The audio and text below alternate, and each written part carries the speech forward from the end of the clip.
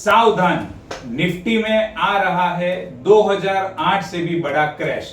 जी हां, जिस तरीके से 2008 में सेंसेक्स एंड निफ्टी के अंदर बहुत बड़ा फॉल आया था, मार्केट क्रैश हुआ था, उसी तरीके का एक बहुत बड़ा क्रैश आने वाले समय में आने वाला है। वो कौन से समय पे आने वाला है, कौन से महीनों में आने वाला है, कितने महीने के अंदर वो चीज हो सकती है, कब हो सकती है और क्या उससे बचने के लिए हम कोई प्लानिंग कर सकते हैं, ये सारी चीजों के बारे में आज आपको मैं बताऊंगा। नमस्कार, प्रणाम, जय जिनेंद्र। मैं Shreshth Shah, gold medallist, astrologer, vastu consultant, numerologist. आज के वीडियो में हम आगे बढ़े उसके पहले कुछ बातें आपसे शेयर कर लेना चाहता हूं, क्लियर कर लेना चाहता हूं। ये वीडियो बनाने का पर्पस जो है वो सिर्फ और सिर्फ एस्ट्रोलॉजिकल पर्पस है। इस वीडियो में कही गई किसी भी बात को किसी भी प्रकार का बाइंग, सेलिंग या इन्वेस्टमेंट का एडवाइस ना समझा जाए। यदि आपको कोई भी प्रकार का इन्वेस्टमेंट करना है तो आपके फाइनेंशियल प्लानर या फाइनेंशियल कंसल्टेंट या फिर सेबी रजिस्टर्ड ऑथोराइज्ड एडवाइजर की सलाह ले और उसके बाद में ही आप निवेश करें। मैं सेबी रजिस्टर्ड ऑथोराइज्ड एडवाइजर या फाइनेंशियल प्लानर नहीं हूं।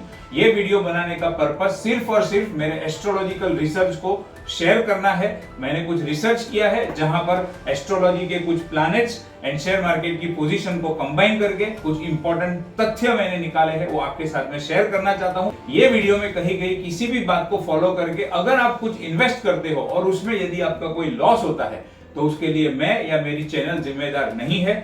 सावधान रहे, सुखी रहे, अपने एडवाइजर की, फाइनेंशियल एडवाइजर की, फाइनेंशियल प्लानर की सलाह लेकर ही आगे किसी भी प्रकार का निवेश करें। पिछले 100 साल से ज्यादा समय का डेटा जब मैंने स्टडी किया डाउ जोन्स का, सेंसेक्स का और निफ्टी का, तो मुझे यह पता चला कि 100 साल से ज्यादा समय में अभी तक 8 बार ऐसा हुआ है जब स्टॉक मार्केट में, फिर वो डाउ जोन्स हो, सेंसेक्स हो या निफ्टी हो, जब स्टॉक मार्केट में 45% से लेकर 89% का क्रैश आया है। 8 दफे ऐसा हुआ है। Minimum 45%, maximum 89%। तो अब आपको ये बताता हूं, थोड़ा डिटेल में बताता हूं कि ऐसे बड़े बड़े फॉल, बड़े बड़े क्रैश कब हुए थे और वो टाइम पे कितना समय लगा था। ये टेबल आपके सामने स्क्रीन के ऊपर है, वहां पर आप देख सकते हो।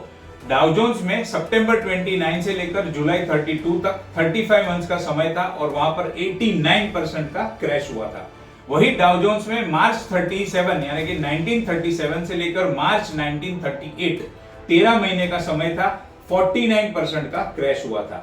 डाउ जोन्स में जनवरी 1973 से लेकर दिसंबर 1974 24 मंथ्स का समय था और वहां पर 45% का क्रैश हुआ था। डाउ जोन्स में अक्टूबर 2007 से लेकर मार्च 2009 18 मंथ्स का समय था और 54% का क्रैश हुआ था। सेंसेक्स अप्रैल 1992 से लेकर अप्रैल 1993 13 महीने का समय था, 54% का क्रैश हुआ था।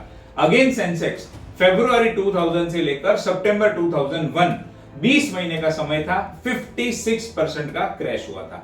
सेंसेक्स एंड निफ्टी जनवरी 2008 से लेकर मार्च 2009 15 मंथ्स का समय था और 60% का क्रैश हुआ था। तो जो मैंने अभी बताया 45% से लेकर 89% तक, तो ये अलग अलग टाइम पे अलग अलग परसेंटेज में इतने बड़े बड़े फॉल या इतने बड़े बड़े क्रैश हुए थे, जिसकी मैंने आपको यहाँ पर डिटेल बताई। तो अब हम एक एक कुंडली को एनालिसिस करेंगे कि जब जब ये क्रैश हुआ तब तब एस्ट्रोलॉजिकली ग्रहों की सिचुएशन क्या थी, ग्रहों की चाल क्या थी, ताकि हम एनालिसिस करके ये पता लगा सके कि आने वाले समय में क्या ऐसी कोई ग्रह गोचरीय अवस्था बन रही है जो इतने बड़े क्रैश को ला सकती है।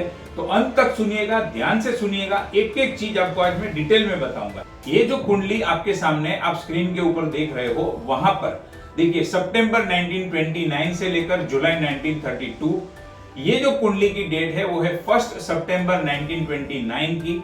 डाउ जोन्स में 89% का क्रैश हुआ था, 35 मंथ्स का समय था। शुरुआत हुई थी 1 सितंबर 1929 से, तो वो कुंडली मैंने आपके सामने रखी है। वहां पर अगर आप देखो तो जुपिटर से केतु की पोजीशन षडाष्टक योग में है, जुपिटर से सैटर्न की पोजीशन षडाष्टक योग में है। अब ये षडाष्टक योग क्या होता है, षडाष्टक योग कैसे देखा जाता है, उसका कैलकुलेशन कैसे होता है और उसकी क्या इफेक्ट होती है, वो सारी चीजों को अगर आपको डिटेल में समझना है तो मैंने ऑलरेडी मेरे 2 वीडियो अपलोड कर दिए हैं।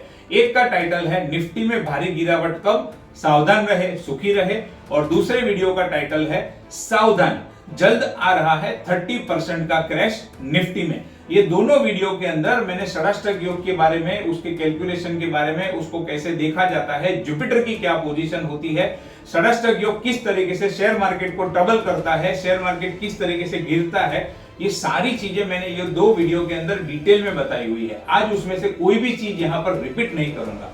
आज के वीडियो को अगर अच्छे से समझना हो तो ये दोनों वीडियो खास देख लीजिएगा, ताकि आज के वीडियो में आज जो कुछ भी कुंडली में आपके साथ में शेयर करने वाला हूं उसमें मैं जो कुछ भी बोलूंगा वो आप अच्छे तरीके से समझ पाओगे। आगे बढ़ते हैं नेक्स्ट कुंडली पे। ये जो कुंडली आपके सामने रखी है मार्च 1937 से लेकर मार्च 1938, 1 मार्च 1937 की ये कुंडली है। ये वो समय था जब डाउ जोन्स में 49% का क्रैश आया था। हमारा मार्केट तो वो टाइम पे था भी नहीं, और ये 13 मंथ्स का समय था। ये कुंडली के अंदर अगर आप देखो तो जुपिटर से सैटर्न की पोजीशन 4th हाउस में है, यानी जुपिटर से सैटर्न केंद्र में है, जुपिटर से केतु अगेन षडाष्टक योग में है, और यहाँ पर मंगल राहु का अंगारक योग बना हुआ है। तो ये समय था जब ऐसी कुछ सिचुएशन हुई थी, ग्रह गोचरीय अवस्था इस तरीके से जब हुई थी, ग्रहों की चाल ऐसी हुई थी, तो 49% का क्रैश आया था। एक और कुंडली पे आगे बढ़ते हैं। जनवरी 1973 से लेकर दिसंबर 1974, ये कुंडली आपके सामने है 1 जनवरी 1973 की। ये 24 मंथ्स का समय था और वहां पर डाउ जोन्स में 45% का क्रैश हुआ था। तो ये कुंडली के अंदर आप देख सकते हो, यहां पर देखिए जुपिटर एंड राहु का कंजंक्शन है, जिसको मैंने येलो में मार्किंग किया हुआ है। जुपिटर के ठीक सामने केतु है एंड जुपिटर सैटर्न का अगेन षडाष्टक योग बना हुआ है। तो ये वो समय था, ये वो ग्रह गोचरीय अवस्था थी जिसने 45% का क्रैश लाया था डाउ जोन्स के अंदर। आगे बढ़ते हैं। अक्टूबर 2007 से लेकर मार्च 2009, ये कुंडली आपके सामने है 1 दिसंबर 2007 की। डाउ जोन्स में 54% का क्रैश हुआ था 18 मंथ्स के अंदर। कुंडली आपके सामने है। ये कुंडली में आप देख सकते हो शनि जो है वो लियो राशि के अंदर है, यानी कि सी राशि के अंदर है। सी राशि का स्वामी है सूर्य। सूर्य एंड शनि दोनों आपस में कट्टर शत्रु है। दूसरा एक कॉम्बिनेशन क्या है, सैटर्न के साथ में केतु का कंजंक्शन है। तो ये बड़े फॉल के लिए ये दूसरा रीजन जिम्मेदार था। तीसरा, अगर आप जुपिटर की पोजीशन देखो, जुपिटर धनु राशि के अंदर 1.57 डिग्री पे, यानी कि जुपिटर केतु के नक्षत्र में, और सैटर्न के सामने राहु, जुपिटर के सामने मंगल। तो ये सारी सिचुएशन जब बनी थी तब 54% का क्रैश आया था डाउ जोन्स के अंदर।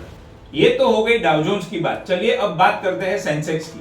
सेंसेक्स की मैं बात करूं उसके पहले एक ये और वीडियो मैंने अपलोड किया हुआ है, शनि गुरु की जुगलबंदी, निफ्टी में आएगी महामंदी। जी हाँ, निफ्टी में महामंदी क्यों आ सकती है, कैसे आ सकती है, और उसके अंदर सैटर्न एंड जुपिटर का क्या रोल है, वो टाइम पे कौन सी सिचुएशन थी जब पास्ट में ऐसा हुआ था और महामंदी आई थी, वो डिटेल में एक्सप्लेन किया हुआ है। ये वीडियो अभी तक आपने नहीं देखा है तो जरूर देख लीजिएगा। उसमें से भी आपको बहुत इंपॉर्टेंट इंफॉर्मेशन और इंपॉर्टेंट डेट्स मिलेगी जहां पर मार्केट में बड़े बड़े क्रैश हो सकते हैं। चलिए आगे बढ़ते हैं सेंसेक्स के बारे में।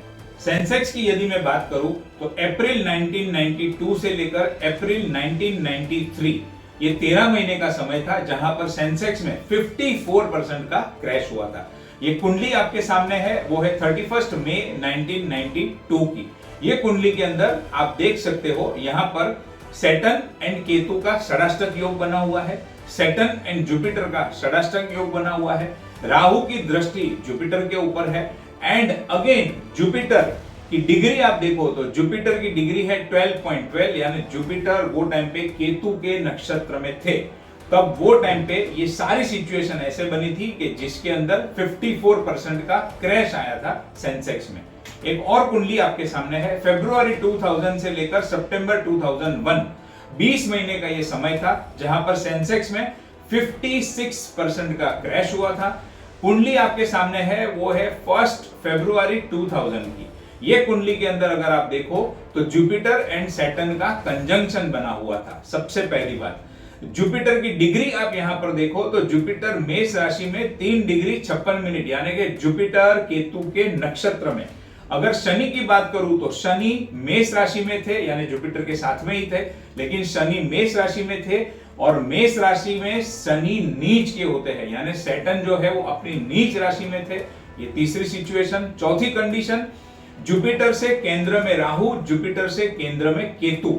तो ये सारे ग्रह गोचरीय अवस्था इस तरीके से बनी हुई थी, ये सारे कॉम्बिनेशन इसके लिए रिस्पॉन्सिबल थे। और जब ये कॉम्बिनेशन बना था तो 56% का क्रैश हुआ था सेंसेक्स में। जनवरी 2008 से लेकर मार्च 2009 15 मंथ्स का समय था जहां पर सेंसेक्स एंड निफ्टी में 60% का क्रैश हुआ था। कुंडली आपके सामने है 1 जनवरी 2008 की। यहां पर अगर आप देखो तो जुपिटर की पोजीशन, जुपिटर धनु राशि में 9 डिग्री पे, यानी अगेन जुपिटर केतु के नक्षत्र में, जुपिटर के सामने मंगल, सैटर्न एंड केतु का कंजंक्शन। एंड अगर आप सैटर्न को देखो तो अगेन सैटर्न जो थे वो सिंह राशि के अंदर थे, सिंह राशि का स्वामी सूर्य, सैटर्न एंड सूर्य आपस में कट्टर शत्रु, एंड सैटर्न के सामने राहु। तो अगेन जब ये इतने सारे कॉम्बिनेशन एक ही समय पे बने थे, जितने समय का उसने टाइम लगाया था उतने समय के अंदर 60% का क्रैश आया था सेंसेक्स एंड निफ्टी में।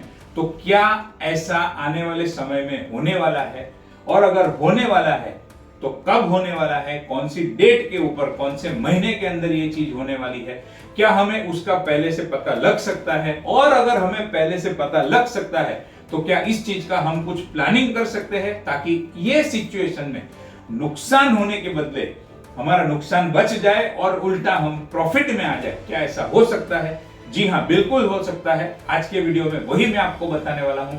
पहले हम ये जान लेते हैं कि ऐसा कब होने वाला है। आने वाले समय में ऐसा कब होने वाला है वो मैं आपको बताऊं उसके पहले मेरे नेक्स्ट वीडियो का जो टाइटल है वो रहेगा निफ्टी में लोअर सर्किट कब लगेगी।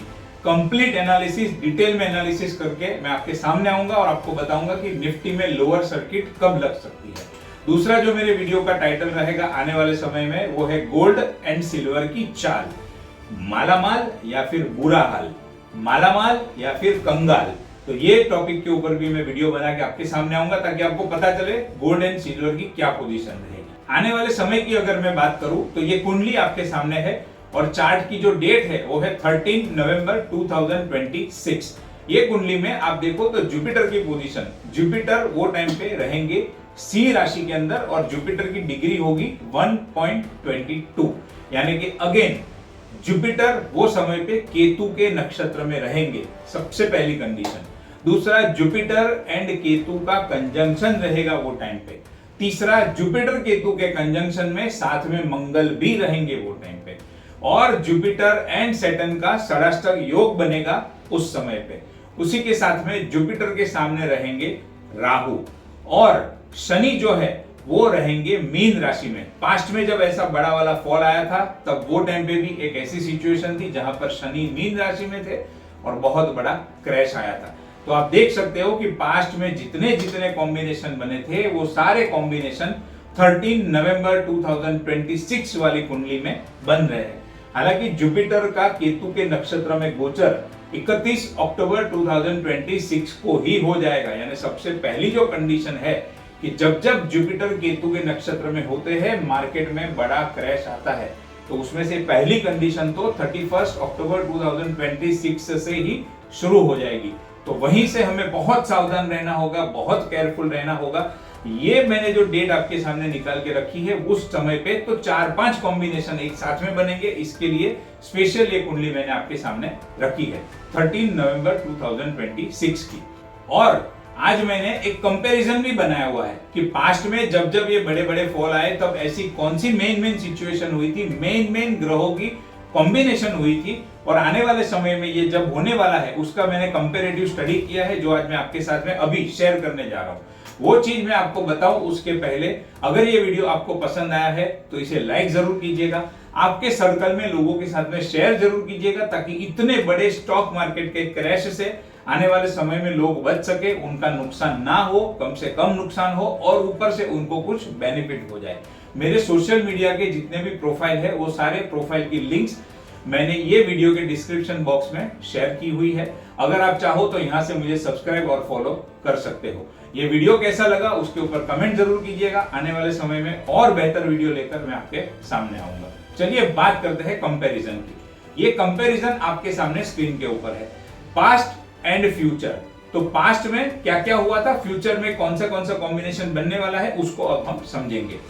पास्ट में 89% का जब क्रैश हुआ था, सैटर्न केतु के नक्षत्र में थे, Jupiter Ketu and Jupiter Saturn का 6-8 एक्सिस बना हुआ था। अब ये सेम चीज जुपिटर केतु का कंजंक्शन एंड सैटर्न का केतु के नक्षत्र में 2027 में ये सेम कॉम्बिनेशन होने वाला है।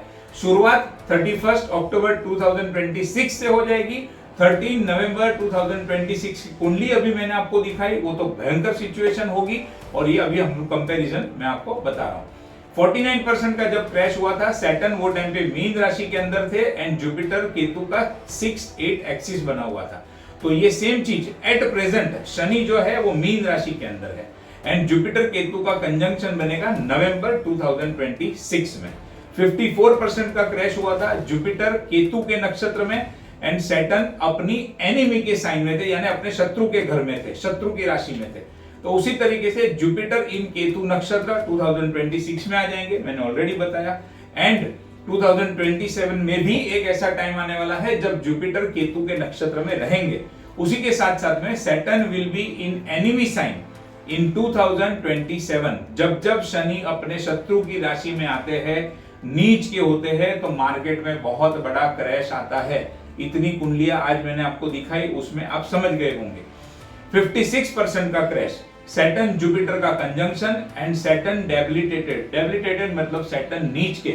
जो एक कुंडली में मैंने आपको दिखाया था, सैटर्न वो टाइम पे मेष राशि में थे, मेष राशि में शनि नीच के होते हैं। तो ये सिचुएशन कब बनने वाली है? सैटर्न विल बी डेबिलिटेटेड यानी सैटर्न नीच के रहेंगे 2027 में एंड उसी समय पे जुपिटर केतु एंड मार्स का कंजंक्शन बनने वाला है 2027 में। 60% का क्रैश, सैटर्न केतु का कंजंक्शन एंड जुपिटर केतु के नक्षत्र में। तो ऐसी सिचुएशन कब बनने वाली है? Saturn and Jupiter both will be इन केतु नक्षत्र इन 2027। अभी आज के वीडियो में तो मैंने आपको जो डेट्स वगैरह जो टाइम पीरियड बताया है वो तो सिर्फ 2026 के लिए बताया हुआ है, जबकि वहां पर से ये सारे फॉल की शुरुआत होगी। वो तो जस्ट एक बिगिनिंग होगा, वो तो जस्ट एक ट्रेलर होगा, लेकिन पिक्चर अभी बाकी रहेगा। इसका रियल पिक्चर जो है वो 2027 में और उसके आने वाले समय में रहेगा। कौन से समय पे क्या होगा, किस तरीके से होगा, अगेन उसके लिए बारी बारी से जब जब समय आएगा तब तब मैं डिटेल में वीडियो लेकर आपके सामने आऊंगा। बिल्कुल भी एक भी वीडियो को मिस मत कीजिएगा, नहीं तो बहुत बड़ा नुकसान आपका हो सकता है। आज के वीडियो में मैं कंप्लीट करूं उसके पहले निफ्टी में महामंदी कब तक चलेगी, 2027, 2028 या फिर 2029, एक और वीडियो ये टॉपिक के ऊपर मैं बनाऊंगा और आपके साथ में शेयर करूंगा ताकि आपको पता चले कि कब स्टॉक मार्केट नीचे आए तो उसके अंदर कब एंट्री लेनी है। अगर आपने बहुत नीचे आएगा जब शेयर मार्केट और आप सही समय पे एंट्री लोगे तो रियल में आप आने वाले समय में एक बहुत अच्छी वेल्थ क्रिएट कर सकते हो। तो ये मेरा पर्पस है ये वीडियो का कि कम से कम नुकसान हो और एक सही समय की राह देख के आप सही समय पे एंटर कर सको स्टॉक मार्केट में और एक अच्छा खासा बेनिफिट आप ले सको। तो बिल्कुल भी मिस करिएगा मत, मेरे साथ बने रहिए, जुड़े रहिए। Thank you so much.